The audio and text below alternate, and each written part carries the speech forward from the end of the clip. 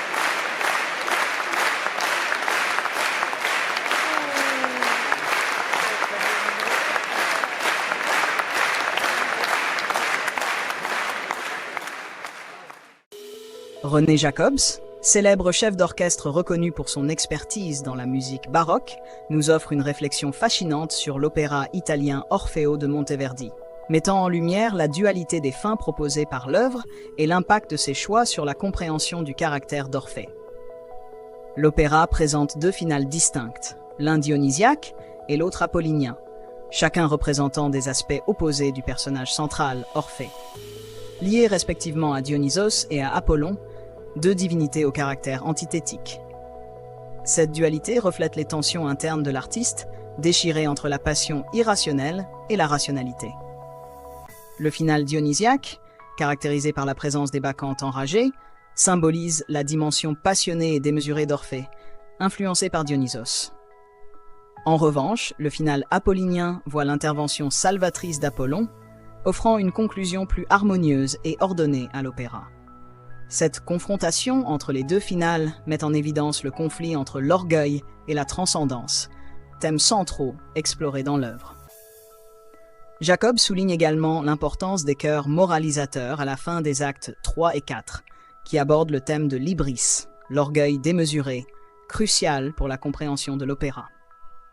Cette réflexion montre la profondeur philosophique de l'œuvre de Monteverdi, qui transcende les frontières entre l'opéra et la représentation sacrée.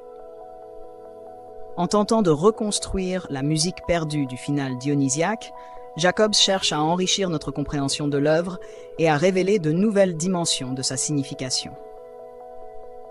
Cette démarche témoigne de son engagement envers une interprétation authentique et éclairée de la musique baroque, tout en soulignant l'importance de la contextualisation historique et culturelle dans l'interprétation des œuvres musicales.